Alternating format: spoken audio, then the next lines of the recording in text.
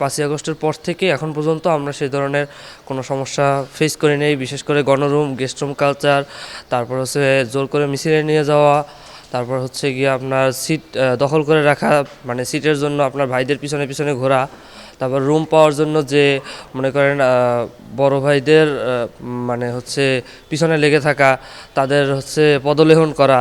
তো এই ধরনের কোনো বিষয় আমাদের সম্মুখীন হতে হয় নাই। 5ই আগস্টের পরবর্তীতে আমরা ক্যাম্পাসে এসেছি এবং আমরা এই ধরনের কোনো সমস্যার সম্মুখীন এখন পর্যন্ত হইনি এবং আশা করব 12ই ফেব্রুয়ারির পর যে সরকারি ক্ষমতা আসুক, হোক সেটা বিএনপি, হোক সেটা জামাত ইসলামী বা অন্য কোনো রাজনৈতিক দল, এর ছত্রছায়ায় যে ছাত্র সংগঠনগুলো আছে, ছাত্রদল বা ছাত্র শিবির বা অন্য যে কোনো রাজনৈতিক ছাত্র সংগঠন, তাদের কাছ থেকে আমরা আশা করব যে তারা যেন সেই রাজনৈতিক ক্ষমতার অপব্যবহার করে আবার সেই গণরুম, গেস্টরুম কালচার বা হচ্ছে হলের সিটের জন্য বড় ভাইদের পদলেহন করা, তারপর হচ্ছে ক্যান্টিনে মানে খাবারের দাম বৃদ্ধি, মান মানে অনুন্নয়ন হবে। তারপর হচ্ছে আমাদের যে ক্যান্টিন আছে এগুলোয় সচরাচর জুনিয়রদের উপরে এক ধরনের থাকে যে এখানে বসা যাবে না বা এখানেই করা যাবে না।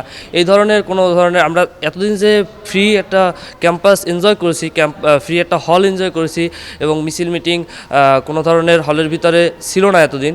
তো এই ধরনের একটা শান্তিপূর্ণ ক্যাম্পাস যেন বজায় থাকে 12ই ফেব্রুয়ারি পরে, এটাই আমাদের কাম্য। কর্তৃপক্ষ এবং হল অধ্যক্ষের কাছে আমাদের আবেদন একটাই, যে আমরা যাতে শান্তিপূর্ণভাবে আমাদের পড়াশোনাটা চালিয়ে যেতে পারি এবং আমাদের হচ্ছে যে মতাদর্শের রাজনৈতিক চর্চা করুক না কেন, হলে কখনোই যেন কোনো ধরনের সংঘাত, কোনো ধরনের পড়াশোনায় ব্যাঘাত সৃষ্টিকারী কোনো ধরনের মিছিল মিটিং, তারপর হচ্ছে আপনার কোনো ধরনের রাজনৈতিক কর্মকাণ্ড যাতে আমাদের এই পরিবেশটাকে নষ্ট না করে। পড়াশোনার পরিবেশ, খেলাধুলার পরিবেশ এবং আমাদের আপনি জানেন যে ঢাকা মেডিকেল কলেজে অনেক ধরনের ক্লাব আছে, তো এই ক্লাবের কার্যক্রমকে যেন ব্যাহত না করে, এটাই আমাদের কাম্য। 5ই আগস্টের পূর্ববর্তী সময়ে দেখছি যে কী ধরনের অত্যাচার ছাত্রলীগের যারা ছিল তারা করছে।